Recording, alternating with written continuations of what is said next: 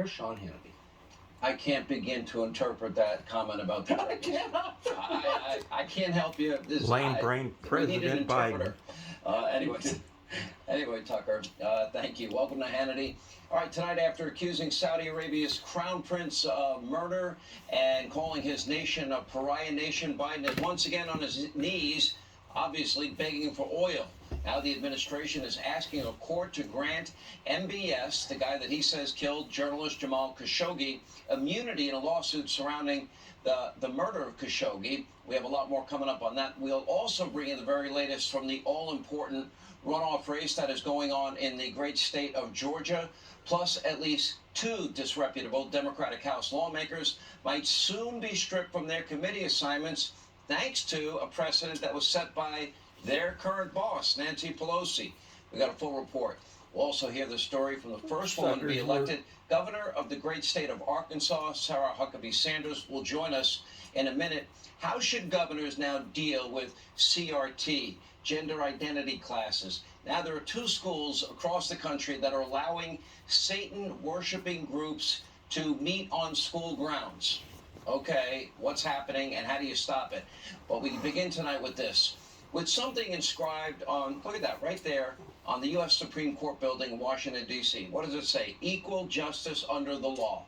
Those 5 words are the very core of our justice system. Without this foundation, nothing else matters. As of recently, millions of Americans, and frankly, including me, believe it's little more than an inscription. With one harsh, unyielding system, if you are a Republican or a conservative, another lighter, more forgiving system, if you are a Democrat, especially prominent Democrats, and have the last name Biden or Clinton. So tonight we're going to focus on 2 key questions. Is equal justice under the law dead in the United States of America? And if so, can it be brought back to life? If not, well, our Constitution is worthless. You might as well just shred it, because every law is based on that document. Late last week, the Washington Post reported that the FBI's unprecedented raid at Mar-a-Lago revealed nothing nefarious. Instead of ending the investigation, Biden's DOJ, by the way, he would have the power to stop this, appointed an aggressive left-wing special prosecutor to dig more into all of this and keep the probe into all things Trump open in perpetuity. Okay, the country has a lot of important problems to deal with: inflation, high gas prices, open borders, etc., and crime. Is this equal justice? Now, we're going to get back to that special prosecutor in a minute, but first, let's be clear. This is not normal. For reference, let's look at 3 other high-profile cases that were handled so much differently because they're Democrats. Now, it's a fact, Hillary Clinton, she did mishandle a mountain of classified evidence on her unsecured private servers. And that's when she was at the State Department. Emails that were recovered, 110 of them contained classified information. 8 email chains contained top secret material. Another 36 contained secret information. Another 8 contained confidential material. And then, of course, we have the 33,000 other emails that, well, nobody ever found, because they were deleted with something nobody had ever heard of called BleachBit. They acid washed the hard drive. Now, these are the emails that we know about, the 30,000, and she's accused of attempting to wipe the other servers all clean, and then having people that work for her smash, iPhones and Blackberries and other devices, with the hammers, smash them into itsy bitsy pieces and remove their SIM cards. We do know, however, that the server faced hacking attempts from multiple countries, including China, Serbia. According to the AP, quote, using a computer in Serbia, the hacker scanned Clinton's basement server in Chappaqua at least twice. And get this, Clinton emails were even found on Anthony Weiner's laptop during the FBI's investigation into his sex crimes. Now, Hillary Clinton clearly put our country's national security at risk. She never faced an early morning raid from the FBI. She didn't get slapped with a special prosecutor. And after a few months of investigation, well, then FBI Director Jim Comey announced that no reasonable prosecutor would ever prosecute Hillary Clinton. So I ask you, is that equal justice? You decide. From the group of 30,000 emails returned to the State Department in 2014, 110 emails in 52 email chains have been determined by the owning agency to contain classified information at the time they were sent or received. 8 of those chains contained information that was top secret at the time they were sent. 36 of those chains contained secret information at the time, and 8 contained confidential information at the time.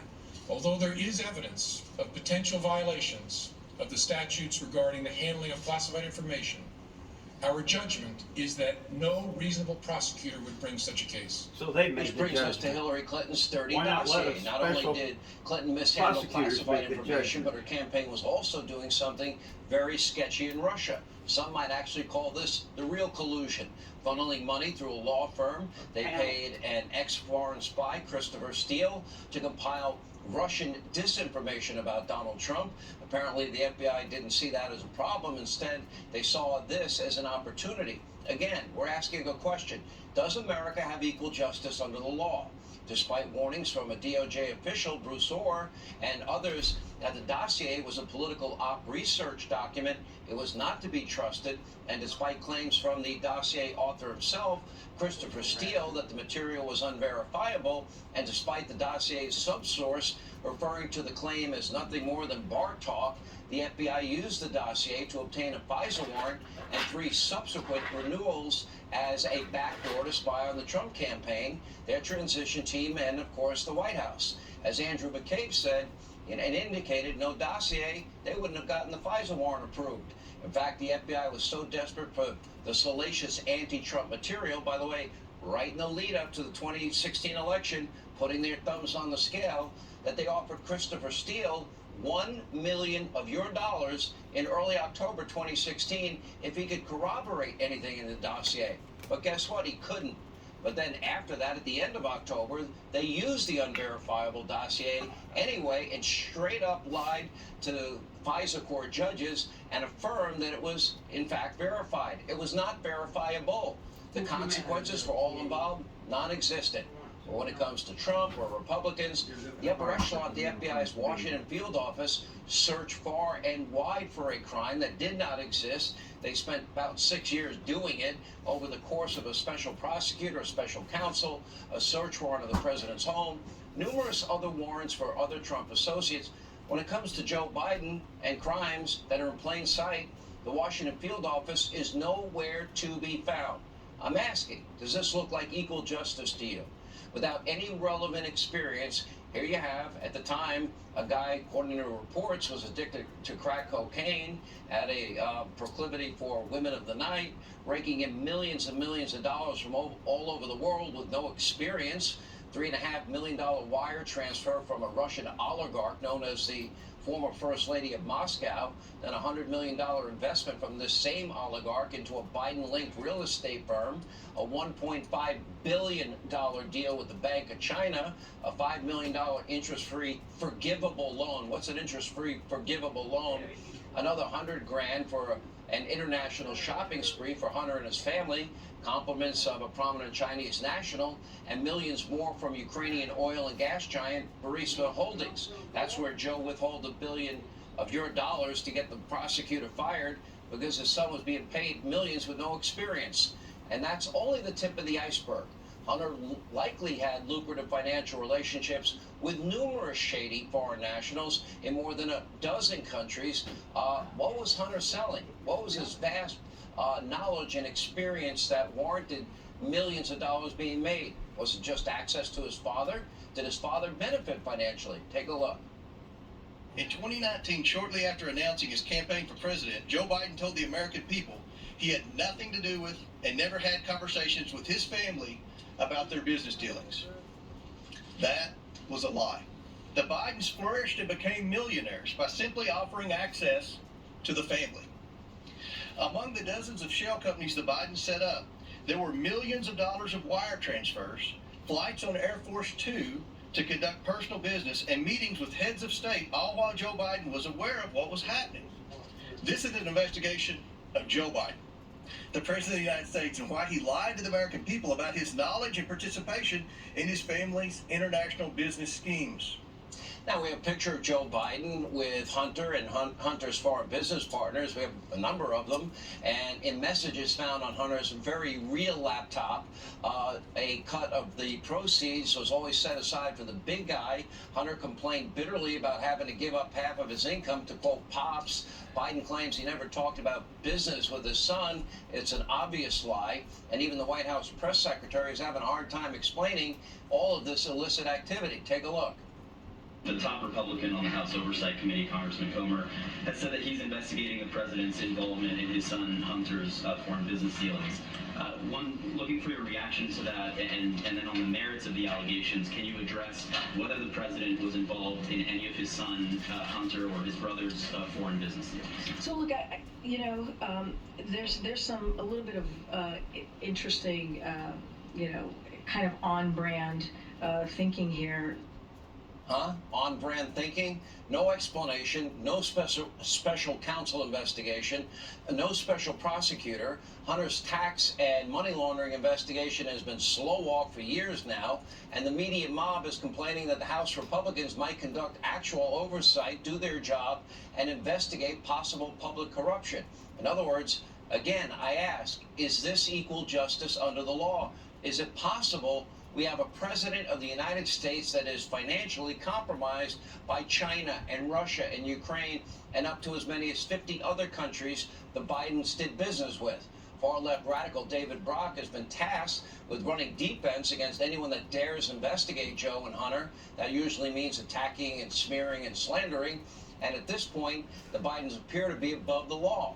Well, if you're a Republican of any type, well, it's now, you're facing another baseless investigation, more special prosecutors, and of course with an extreme bias. According to a new report from John Solomon, Jack Smith helped the IRS target conservatives during the Lois Lerner IRS scandal. Now, this is the same prosecutor that conducted a hyper-aggressive prosecution against the former Virginia Governor Bob McDonnell over, quote, bribery charges. Those charges were tossed out by the U.S. Supreme Court, but not before McDonnell's life was ruined. So yes, there is rampant political bias at the DOJ, the highest levels of the FBI. We don't have equal justice under the law at the federal level, and this is going to be what Jim Jordan will be investigating. And then you have Congressman Comer on the other side will be investigating Hunter and Joe. And by the way, you should be worried that equal justice might be dead forever. And if that's true, this country, you might as well say we're not a constitutional republic anymore. Here with more, Editor-in-Chief, investigative reporter, JeffsonNews.com, done this willingly John Solomon. to themselves. John, what did you find out about this prosecutor? That's what Democrats do. Well, in his earlier run of the Justice Department, not once but twice, he was involved in cases where the Justice Department was accused of stretching the law, pushing the limits of the law to pursue conservatives. The first time occurred in 2010 when congressional investigators started to find out what was the origins of the IRS Lois Lerner target conservative group scandal. Remember that big scandal, probably one of the worst in the Obama administration? Well, they found out it all began with an email that Jack Smith sent. He was at that time the head of the corruption unit at the Justice Department called the Public Integrity Section, and he sends a letter after the Citizens United Supreme Court free speech case saying, hey, maybe we could build conspiracy cases against these conservative groups, these nonprofits, if they get involved in politics, basically sideline them from politics by pursuing them criminally. That led to a meeting, which then kind of pushed the IRS into the action that Lois Lerner took. We now know that ultimately the Treasury Department Inspector General found the pursuit of those conservative nonprofits to be unlawful, irregular, unwarranted. Around the same time, they began the investigation and the prosecution of Bob McDonnell, then the Virginia governor. He was on many people's shortlist to be a vice president, maybe in 2012. And they accused him of corruption and bribery. They convicted him. But then when they got to the Supreme Court said, listen, the team that Smith supervised stretched the meaning of public acts, went way beyond what the law meant, and they overturned, in a very embarrassing case, overturned the Public Integrity Section's prosecution of Bob McDonnell, one of the biggest losses in recent Public Integrity Section history. So in two cases pursuing conservatives, same outcome, stretch the law, end up getting into some sort of controversy. Unbelievable. But they found a way to and the stretch Supreme it Court was and very bend it clear in and that twist case it. that they talked about what they called the broader legal implications of the government's boundless interpretations of the federal bribery statute. That means they stretched it to get the outcome they wanted. John Solomon, thank you. All right, now let's turn to developments surrounding the AP. Apparently, the so-called journalists there are unable to find any evidence that Joe spoke to Hunter about all those lucrative international business deals. They reported, quote, Joe Biden has said he's never spoken to his son about his foreign business affairs, and nothing the Republicans have put forth suggests otherwise. Really? The AP has since deleted that part about the Republicans. Here now with more, Fox News contributor Jonathan Turley. You know, a simple question, Jonathan. You're a fair-minded guy. Do you believe that the investigations into Hillary Clinton, when you look into her servers, deleted emails, the dirty dossier, then of course the FBI's handling of that dossier and using it without verifying it, and then of course the Bidens, I mean, Hunter himself implicates his father all over the place, and then we have photographs that prove that Joe lied about knowing Hunter's associates or anything about the businesses. So my question is, do we have equal justice under the law in those three examples? Well, I think the record is clear that there's been political bias at the FBI. The FBI itself has recognized that. They have removed FBI, key CIA, officials IRS. like Peter Strzok and others who showed incredible bias in their emails and in some cases in their actions. So I think there's reason to be concerned. It's not a conspiracy theory. The department itself has moved on these issues. What's really disturbing about the Hunter Biden matter is that this was similar to what we saw with when Houdini made his elephant Jenny disappear every night on the stage. Well, she really didn't disappear. She never left the stage. But Houdini knew that the audience wanted her to disappear. And the Bidens have been brilliant in handling this scandal. They knew the media wanted this scandal to disappear, and they gave them room for that illusion. Now they're running out of time and they're running out of space because the House is going to launch this investigation. And I think that what we're going to see is going to be disturbing. You know, the fact is that the president has been contradicted repeatedly. It does appear that his repeated denials that he never spoke to his son about his business deals is false. I mean, we have an actual recording of him calling his son to say that he wanted to talk to him about the media investigation into his business deals. We have an individual who had said under oath that he met twice with Joe Biden to talk about the foreign dealings with his son and his family. So at a minimum, what we have is the appearance of a multi-million-dollar influence peddling scheme involving the Biden family, but also the President of the United States. And yet Merrick Garland has refused to appoint a special counsel. I don't question the appointment of a special counsel on the Trump issue. He is a presidential candidate. That's within the strike zone. One can defend that. But you can't defend it if you're not appointing a special counsel, in my view, in the Hunter Biden matter. That involves the sitting president of the United States. And Congressman Comer said this is an investigation of Joe Biden. And the deeper issue here is you have Hunter and the family making millions of dollars. Hunter has no experience at all. And Joe, we now could connect to Hunter. We can connect them financially now. And the question is bigger. In other words, is the reason that he canceled the Keystone XL pipeline but gave a waiver to the Nord Stream 2 pipeline, is that because of the money that the Bidens made from Russia? Or is he compromised with China? In other words, do we have a president potentially compromised with foreign nations and adversarial countries? Well, I think that's the reason we need to have finally this investigation. The Democrats blocked the investigation earlier in Congress of these transactions. You know, foreign countries know about these transactions. They know about a lot of these issues. It's the American people that need to know exactly what the scope of this is, and that includes these transfers. There's a lot of information that will come with that information, and the American people will now be able to see it. But the key here is not just that it's a matter of being compromised, but whether the president has knowingly and repeatedly lied to the American people. They have a right to know. I think the bigger danger, though, is if they paid to play, he sold out his office. That would be an impeachable offense if true. That is a great danger, yes. All right, Jonathan Turley, always love having you. Thank you. When we come back, we'll have a live update. The gruesome quadruple murder out in Idaho. Plus, the left is once again relying on Obama to try and help in the Georgia runoff. Will it work? Senator Kennedy will weigh in. Newt Gingrich reacts to Kevin McCarthy work pledging in to remove Philadelphia. radical Democrats from key Pennsylvania, House positions. Straight ahead. All right, this is a Fox News alert. We're continuing to follow the case of 4 Idaho college students who were brutally murdered. Local authorities That have they never released find new them. information as the investigation continues. Our very own Matt Finn is live. He's in our West Coast newsroom with the very latest. Matt. Sean, tonight, more than a full week after those 4 University of Idaho students were stabbed to death, and police have not announced any suspects. A killer or killers are on the loose.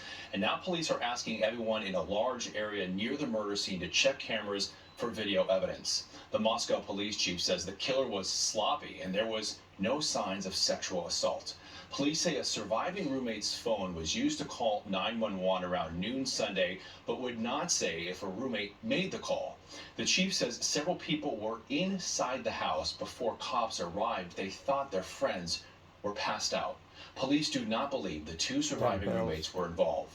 Police also ruled out a man seen in a white hoodie in surveillance video with 2 of the victims just hours before their deaths. Police say they've also cleared a private party who gave rides home to Kaylee Gonzalez and Madison Mogan early last Sunday. Investigators also say they have cleared a male subject that was called from Madison and Kaylee's phone multiple times the night they were killed. Investigators visited local businesses to see if any fixed blade knives might have been recently purchased. Also tonight, Sean, Moscow police did what they call rumor control and clarified that an incident involving a dog that was recently skinned nearby is not related to this case. Sean. Crazy. Sad and just a mystery keeps getting bigger. Matt Finn, thank you. All right, turning now to the state of Georgia, where a critical Senate runoff is about 2 weeks away. Former President Barack Obama announced today he will be again campaigning with Raphael Warnock on Thursday before the election during the early voting period. There's no word yet on whether President Biden will show up for Warnock. Now, remember how critical this runoff is. With a 51-seat majority, Democrats would be able to make as many radical judicial and other appointments that they want, and with the help of Raphael Warnock, a guaranteed rubber stamp vote for any far-left Democratic nomination or policy. Here with reaction, Louisiana Senator John Kennedy. Senator, first, congratulations on your victory. We didn't have to give it very much attention. The people of Louisiana know a good thing when they see it. Congratulations to you. How important do you think this race is, and how do you see it unfolding? Well, a neutral observer might point out, Sean, that President Obama came into Georgia for Miss Stacey Abrams in her gubernatorial bid, and it didn't seem to help her very much. But if I were running Senator Warnock's campaign, I would certainly bring in President Obama before I'd bring in President Biden. As I've told you before, I don't hate anyone, but at this juncture, the Biden administration, I think, is best known for its world-class vacuity. According to the polls, most Americans wouldn't trust President Biden to salt the fries at McDonald's. Now, as to Georgia, in a 50-50 Senate, which we'll have if Mr. Walker is elected, it will be much easier to beat back the berserk wing of the Democratic Party. But it's not just about votes in the Senate. It's also about values in America, in my opinion. Herschel Walker understands that vetting people at the border is not racist. It's prudent. Herschel Walker understands that the criminals are not the good guys. They're the bad guys. Herschel Walker understands that we need to have an election day, not an election month. And Herschel Walker understands that Arlington National Cemetery contains 400,000 reasons why you should stand your ass up for the national anthem. And that's really what this election is all about. And the final point I'd make, if to the good people of Georgia, if nothing I have said has persuaded you, here's what I want you to do. Before you go to the polls, go grocery shopping, fill up your gas tank, and pay your electric bill, and then ask yourself how you ought to vote. You know, Senator, I cannot get over the mysterious reluctance and resistance Democrats have towards making any fundamental changes when it comes to anything. Biden was asked, well, what are you going to do differently after the midterms? And his answer was nothing. Nothing. Okay, so now we're going to have, what, 45% increases in areas in the country to heat their homes this winter. Gas prices they're now really beginning stupid, their those people rapid are. climb once again. Ran He's the not polls, tapping into the voted strategic Democrat. petroleum reserves. We're back to what? We're going to give Buy the MBS coal oil. a free pass for the killing of Jamal Khashoggi and give him immunity. Does that sound like a good idea to you? Sounds like Joe's trying to still suck up to OPEC and the Saudis and OPEC Plus for the lifeblood of our economy when we have plenty of energy right here at home. Well, these midterm elections were not an endorsement of President Biden. These elections were an endorsement of divided government. That's what the American people want. The polls about the red wave were simply wrong. I'm not sure, for a variety of reasons, that the American people can be polled right now. But it wasn't an endorsement of President Biden, not by a long shot. It was an endorsement of divided government. And I'm going to keep getting up every day and fighting for what I think are the values and how to solve the problems that most Americans, moms and dads, worry about when they lie down to sleep at night and can't. I hope that President Biden will work with us, but I've seen no indication that he will. And I can't think of one problem in America today that the Biden administration is an answer to, Sean. I wish I didn't have to say that, but I just can't. No, I can't think of it either. And you know who's suffering? The poor, the middle class, people on fixed incomes. And I see things getting dramatically worse before we even have a shot at making them better. Senator Kennedy, appreciate you being with us as always. Thank you, sir. All right, now, with Republicans once again set to take control of the House, Republican leader Kevin McCarthy has pledged to make big changes and remove prominent Democrats from their committee assignments, including Congresswoman Omar, who has made a number of anti-Semitic comments in the past. Also, that would include Adam Schiff. He's been caught lying countless times as a congressman, went on for years and years and years. Take a look. Donald Trump is someone who has shown when he's not held accountable, he goes on to commit worse and worse abuses of power. So I agree with Judge Carter in California. I think there's evidence that the former president engaged in multiple violations of the law, and that should be investigated. We have the President of the United States engaged in a shakedown of a foreign president, a President of the United States, even as he is withholding vital military support to an ally, asking a favor of that ally to investigate his opponent. I've been very clear over the last year and a half, that there is ample evidence of collusion in plain sight. I can certainly say with confidence that there is significant evidence of collusion between the campaign and Russia. There is already, in my view, ample evidence in the public domain on the issue of collusion, if you're willing to see it. Okay, nobody saw it except him. But he did more than just lie. He actually sought out compromising information on Donald Trump from Russia without realizing he thought the person he was speaking to was a Russian official who had dirt on Donald Trump, but he himself was being duped about compromising materials. Take a look. And she met with Trump and she brought him one-hour Russian girl, celebrity Olga Buzova, who also known as a person with a strange reputation. Olga, and how do you spell her name? Olga Buzova. And what's the nature of the compromise? Well, there were pictures of naked Trump. And so Putin was made aware of the availability of the compromising material? Yes, of course. Thank you very much. We will be back in touch with you through our staff to make arrangements to obtain these materials for our committee and for the FBI. And I appreciate you reaching out to us. He's colluding to get compromising materials. Anyway, now McCarthy's also threatened to bar Eric Swalwell, who sits on the House Intel Committee, despite having a past relationship with a suspected Chinese spy. All three members responded with outrage towards McCarthy and Republicans, but as Newt Gingrich rightly reminded everyone, it was Nancy Pelosi that set the precedent after removing Paul Gosar and Marjorie Taylor Greene from their committee assignments. Newt Gingrich, former Speaker of the House, Fox News contributor, joins us with more. I mean, I think that's the funny part of it. They're all outraged about it, but they set the standard. Now the rules apply to them, and now they don't like it.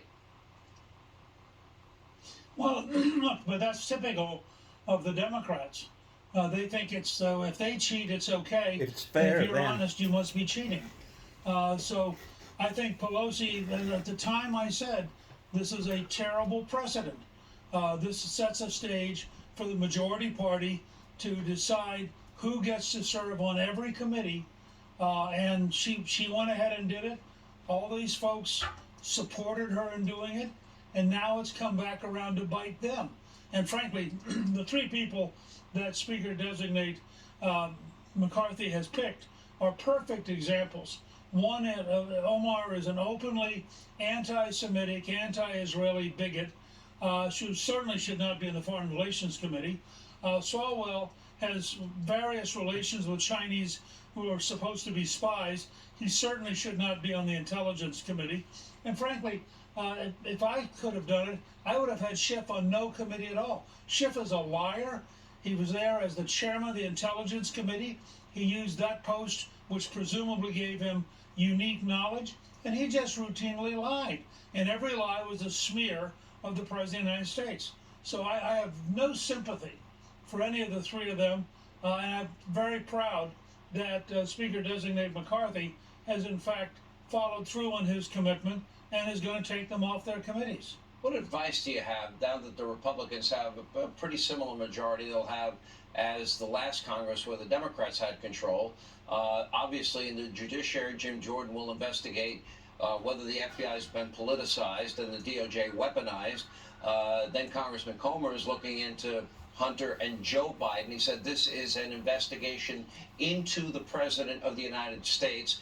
I've often pointed out that most people are missing the obvious, and that was there was a reason that Joe withheld $1 billion from Ukraine. There's a reason that Hunter complains bitterly about all the money he has to pay his dad. And apparently now, according to Congressman Comer, there are even banking records that will corroborate Joe Biden financially benefited from his zero experience son making, all these deals with up to 50 countries, making millions and with no experience with any of them. And some of our most hostile, regimes out there, China, Russia, etc. Well, I mean, first of all, I think the American people have the right to know about a lot of things. Frankly, I'd like to know how much money the University of Pennsylvania got from the Chinese communists, how much of that went to Joe Biden, and what was in effect a White House staff waiting in the wings. All of that's been kept secret. The University of Pennsylvania will not admit how many millions of dollars it took. So there's a lot there that ought to be looked at. My advice, though, would be that the American people would like this Congress to be 10% investigations and 90% solutions. We have a lot of real problems, and we need real action on a wide range of things. I like the fact that Speaker-designate McCarthy has already said the very first vote is going to wipe out the 87,000 Internal Revenue Service agents. That's a policy decision, not just an investigation. So my advice would be twofold. One, try to discipline yourself so it's 90% good solutions, 10% investigations. That's plenty of time to get a lot done. And second, House Republicans have to learn to be a team. They can have all the fights in the conference they want, but this recent suggestion that some of them might not vote for McCarthy on January 3rd is so suicidal and so stupid that you really have to wonder where they're at. I mean, do they really want to see the moderate Republicans join the Democrats in getting some kind of coalition speaker? I mean, what's their end game other than throwing a temper tantrum? They can have all the fights they want inside the conference. They have to work together when they're on the floor. You know, you said about this election year that, you know, for you to fully understand it, you're going to have to throw away every model that you knew in past elections. So I've been thinking a lot about what you said, and I think voting now in the last two elections, the way we vote, more mail-in voting, absentee voting, you know, early voting, all this stuff, voting by mail, that has changed pretty drastically now in the country. I'm not sure if Republicans have bought into it. Then I can't reconcile the Republicans winning the popular vote by such a large margin and not winning by a bigger margin. Then we have this thing that I've been telling you about, accelerated migration. They're leaving blue states to avoid shutdowns, lockdowns. They want their kids to have in-person learning, and they want lower taxes, so they move to red states to get redder. But you know, swing states like Michigan and Wisconsin and Pennsylvania are going to get harder. You know, abortion played a bigger part in this election than I think anybody of us thought it would. And young people, I think, wanted their student loan forgiveness. They seem to show up in bigger numbers. What have you gleaned from the information so far? Well, look, I think a couple things. First of all, the Republican model for campaigning, the Republican consultants, are just wrong. They're obsolete. Democrats focus on elections. Republicans focus on campaigns. So Democrats begin gathering up votes very, very early. They work at it very methodically. Some of the Republicans, and frankly, the truth is that Senator McConnell was a major problem here because his super PAC, which was a huge source of money, refused to spend money early. Well, if you're going to have early voting, and you're going to have, coming out of a primary, the Democrat spends 2 or 3 months defining the Republican, and then the people start to vote, and by the time McConnell starts to spend his money, half the vote's already in. You just have an obsolete model. So Republicans have got to look at reality. Early voting is real. In some states, ballot boxes are real. In some states, you're going to have to go out and figure out how to get people to vote very early and to stick to it. And I think that you also have to understand, we don't have an election day. We now have an election 6 weeks, and Republicans aren't ready for that. I'll tell you the last thing. It's sad that any voting takes place before debates take place, and Democrats have learned from Joe Biden the hiding in your basement bunker strategy with a complicit liberal media seems to work too, and we better pay attention to that. Former Speaker of the House, Newt Gingrich, thank you.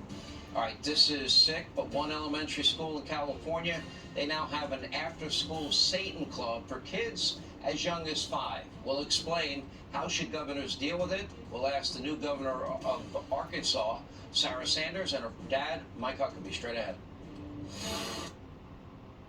Republicans are slow to learn. That's one reason President Trump did so good. He believed in using social media online. And the rest of them never did that before. It didn't bother. You got to catch up what's going on. The other side will use any trick, any maneuver they can. You need to grow up. All right, tonight we turn our attention to the great state of Arkansas, where Sarah Huckabee Sanders now made history on election night, becoming the first woman elected governor of Arkansas. Now she'll take office at a very pivotal moment in the country, particularly on the issue of education, as the left continues to push a very woke agenda in the school system. A disturbing report out of California confirms one elementary school, they're actually allowing a, quote, after-school Satan club to form. Unfortunately, that is just the tip of the iceberg as schools all across the country continue to implement their radical ideology as they push CRT, they idolize communism, they advocate for the inclusion of biological men in women's sports. But Republican governors, they're pushing back against this far left these far left progressives. Governor Ron DeSantis recently championed legislation in Florida taking aim at critical race theory. The same thing has been happening in the Commonwealth with Glenn Youngkin. He's fighting back against this woke indoctrination. And despite a setback from an Obama-appointed judge in Florida, well, Republicans around the country have vowed to continue this fight. Sarah Sanders now joins us for her first interview as governor-elect of Arkansas, along with her father, former Arkansas Governor Mike Huckabee.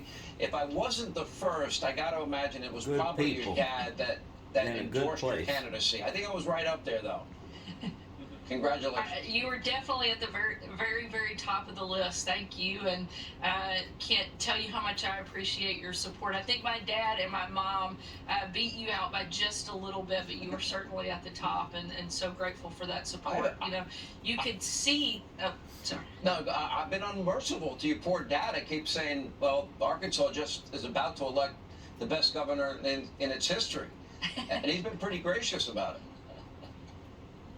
You know, the good thing is, my dad was the best governor Arkansas has ever had, one of the best governors we've ever had in the country, and nobody is more supportive than he and my mom to take that title away from him. So I'm extremely thankful and blessed to have parents who want to help me succeed and want to help our state succeed, and have been just amazing throughout the process. And it's pretty nice to have one of the longest serving governors in the country just a phone call or a text away at any point in time. And he also makes for a pretty good free babysitter too. So I lucked out quite a bit in the gene pool. I guess, you know, Governor, you've been really gracious about it when I, you know, obviously was kidding you about it, but, you know, your daughter now is going to face issues you probably never would have dreamed of. An after-school Satan program, CRT, gender identity, boys playing girls sports. I mean, this is real across the country. Maybe it won't be as big an issue in Arkansas. I'm sure it will come up, though. How do governors deal with that? She's going to do great. I don't have any doubt. You know, I think you've been right all along. She will be the best governor Arkansas has ever had. My job is to kind of just look and stare glowingly and lovingly at her as she takes the oath. And in the meantime, yes, I'm doing a whole lot of babysitting. That is my job, senior advisor, senior adult, advising her kids when it's time to go to bed. What are the people of Arkansas telling you that they want on these very controversial cultural issues, Sarah? You know, I think it's one of the reasons that we had such a massive turnout in support on election day and won with 63% of the vote here in Arkansas, is because these are the exact type of things people here want us to push back against. They are hopeful that we can have a coalition of strong conservative governors that fight back against the craziness that is coming out of Washington. And some of these ideas that you're talking about, we have seen parents engage in a way in the political process that we haven't, I don't think, in a long time, and motivated because they want better for their kids. I think when COVID happened over the course of the last 2 years, it awakened parents to engage at a much higher level, both from the local up to the state level, when it came to electing leaders that will reflect their values, protect their kids, and frankly, just get out of the way and let them be parents and make decisions about what's best for their children. And Governor Huckabee, probably there'll be parents that speak out. What, they're going to be investigated as domestic terrorists? It's likely that that's going to happen according to what the federal government has done. It's one of the reasons that I'm glad Sarah's going to be there. I have every confidence that she's going to be tough, fair, but she's going to keep focused on what matters. Arkansas will be proud of their next governor. No, I think it is a good thing for Sarah. You're a great resource for her. You always have a great sense of humor, and I'm predicting she will be a better governor than you ever dreamed of, and the best in history. But I'm sorry to hurt your feelings if that hurts in any way. But in all seriousness, congratulations to both of you. More Hannity straight ahead. Right, unfortunately, that is all the time we have left this evening. As always, thank you for being with us. Thank you for making this show possible. Please set your DVR so you never, ever, ever, ever, ever miss an episode of Hannity. For news anytime, all the time, every time, it's foxnews.com, Hannity.com. In the meantime, let not your heart be troubled, because Laura Ingraham and the Ingraham Angle is next, and she is ready to crush it. I'm trying to fix my collar. I'm looking like a clown with this collar. What's wrong with your collar? Well, you know, sometimes a collar flips up and you just don't know what to do, but this is what I'm wearing. So, by the way, Hannity, so many comments from our on-set back and forth. Forth? What the heck day was that? I'm lost track.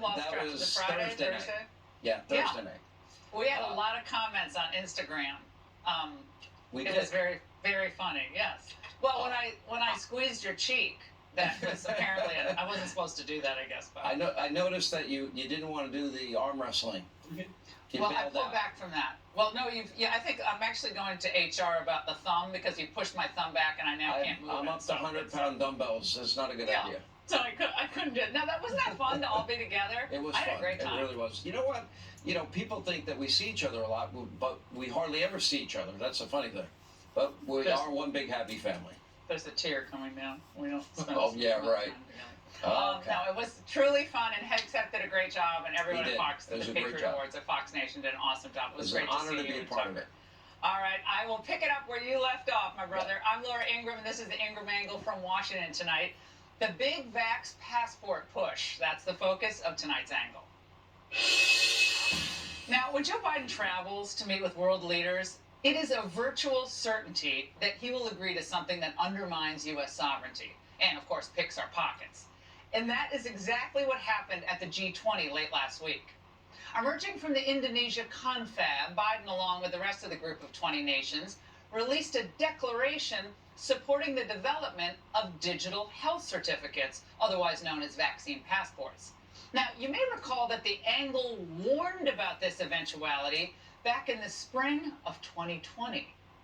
Bill Gates, the Gates Foundation, are in favor of developing digital certificates that would certify that individuals, American citizens, have an immunity to this virus and potentially other viruses going forward to then facilitate travel and from work having the and COVID so forth. virus. I'm very concerned about the slippery slope in terms of continuing encroachments on personal liberty. Well, Bill Barr was 100% correct. The ultimate goal is control.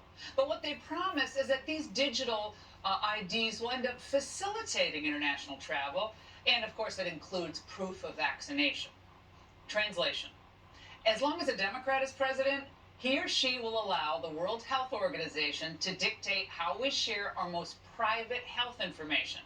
And of course, creating a central database is going to be necessary, they claim, for the greater good, for your protection, and of course for your overall benefit. It's always for your protection. What if you weren't shot up with whatever they claim is necessary at any given time? Well, tough luck, stay home. Because you're in a WHO mandated lockdown. No travel for you. Now, the declaration also calls for the establishment of a trusted global digital health network. Doesn't that sound nifty? To prevent and respond to future pandemics. Now, the language here is broad enough to invite all sorts of mischief and intrusions into your personal data. So what could possibly go wrong, right? Well, of course, they don't see the irony in the fact that China similarly justifies its own moves to crush personal liberty with cruel lockdowns of millions of its citizens at any time an outbreak happens. The CCP orders lockdowns like college kids order pizza. Now, just today in Beijing, they announced that they were shutting businesses and schools in hard-hit districts and tightening rules for entering the city as infections ticked higher. That's in Beijing. Now, to give you some perspective, only 3 people in a city of nearly 22 million have died from COVID since Saturday. So they're tightening their controls in their central Henan province, in Chongqing in the southwest as well. And the personal accounts of life under these lockdowns, they have been harrowing, actually terrifying. You cannot go anywhere. Everything's closed. Customers cannot come either. What can you do? You can do nothing. How sad it is that we have an American president who agrees to a declaration that doesn't condemn this type of subjugation of human liberty and, in fact, implicitly validates it. Because, of course, China is the master at using these digital health passports to stop perfectly healthy people from traveling, using the pretext here of That COVID. goes to the Bible. Now, this is sick, and it's twisted, but it's completely Can't buy predictable. nor sell. Like so much of what They're out happens the in mark. China and our elites, well, of course, they simply just Not look the the mark other way. yet, but they're leading up to If it. anything, we're edging closer to the CCP's model, not moving further away from it. And by the way, they clean up the language to make it all sound so pleasant. My argument has been that there are enormous benefits to be gained from that global integration. we have to recognize the severity of Global the problem with integration. refugees, and right now with COVID-19, that argues for vaccination, for availability and access for everyone, because we're all living on the same planet. Progressively, a lot of people would like to see there are two orders in this world. This is a huge mistake, even for both the US and China. We need a single global order. Oh, A single global order. And where exactly does that leave the nation state? Well, you guessed it, on the trash heap. Yeah, where This does is our why they all hate Constitution Trump so go? much. Because back in 2016, he was the first major presidential candidate to call this out since really Pat Buchanan. But their fantasy, again, it sounds like this. What we will see is that everything will be integrated into an ecosystem driven by big data and driven particularly by close cooperation also of governments with business, civil society. And this revolution will come at a breathtaking speed. It will be like a tsunami. It will be like a tsunami. And when COVID hit like a tsunami, Schwab saw his opening, declaring in the early months of the pandemic that the world must act swiftly and jointly to revamp all aspects of our societies and our economies. And we know what followed. The shuttering of churches and schools, masking toddlers, mandating vaccines, and now, looks like requiring vaccine passports for travel. Let's have a digital health certificate acknowledged by WHO if you have been vaccinated or tested properly, then you can move around. So for the next pandemic, instead of stopping the movement of the people 100%, you can still provide some movement of the people. Some movement of the people. Just when we And say it's not so. just your movement the government wants to restrict. It's your financial privacy and freedom as well. Now, back in March, Biden signed an executive order announcing what is his obvious desire to pursue a digital dollar to eventually replace cash altogether. Claiming, of course, that the goal is to facilitate easier transfers of money, easier payment systems, and capital flows They in can the international easily, financial system. more easily Again, watch sounds it. kind of cool, right? Watch you. Well, nothing good's going to come of this. Tracking your health data to tracking your finances, it's all of a piece. The key issue here is whether Americans are going to make their own decisions about important issues, or are we just going to farm them all out to international organizations? We've already established that the left basically hates the American system, so of course they're all too happy to allow other countries' boss us around as much as possible. But the goal is always to keep our voters on the sidelines, away from the levers of power. And of course, China and Europe, they're fine with this. Now that their midterms are over, Biden and John Kerry felt emboldened not only to agree to these vaccine passports, but to commit our taxpayers to spending billions of dollars for climate equity payments to emerging nations. Now, who voted for that on Election Day? If the voters in Pennsylvania and Arizona, if they thought that this is what John Fetterman and Mark Kelly supported, maybe they would have voted differently. And They're so voters in stupid. Georgia, they should realize know right that. now what's at stake here. Because you know that Raphael Warnock, he's totally on board with this theft of American money and freedom. The Angle believes that all important decisions should be made here with the consent of the governed, not by Brussels or any global entity. Fortunately, we have this thing, it's called the Constitution, which tells us They which hate it. laws that Americans actually have to follow. The laws that are made here by our duly elected And officials. our Supreme And that's Court. the Angle. Joining me now is Reggie Littlejohn, founder and president of Women's Rights Without Frontiers and co-chair of the Stop Vax Passports Task Force. Reggie, you were onto this so long ago. You liken this to kind of a digital gulag. Explain. Well, this is the way it works, Laura. It's like if you have these vaccine passports, they can support the same functionality as the China social credit system, which it surveils every aspect of a person and assigns a social credit score about how compliant you are. And if you combine that with the central bank digital currency, where the federal government is deciding whether or not you can spend your money, then they can just take your money away. They can sever you from your credit cards, from your bank account, and even from your bill. They can even empty your bank account if they deem that you are non-compliant, and that is a digital gulag. So you're saying the framework for the digital passport allows government entities, in this case an international organization perhaps, to put anything in those little digital drawers. So in this case it's the vaccine passport, but then other bits of information about you and your life can also go in those other drawers that are there. Correct. So the vaccine passport or any mandatory digital ID, even a digital driver's license, a smart health card, can combine the functionality of the China social credit system. So that I know people are going to say, "Oh, you guys are conspiracy theorists. This is great," but people were getting on my case in April of 2020 because the Germany was talking about the vaccine passports early in the pandemic. So I saw that, like, this is like the new normal. This is, oh, people were like, "You were crazy." Here we are. I'm not saying I'm so, clairvoyant here, but here we are. Well, absolutely. Things that seemed crazy 2 years ago are becoming reality, the new abnormal now, as Dr. Hannity would say.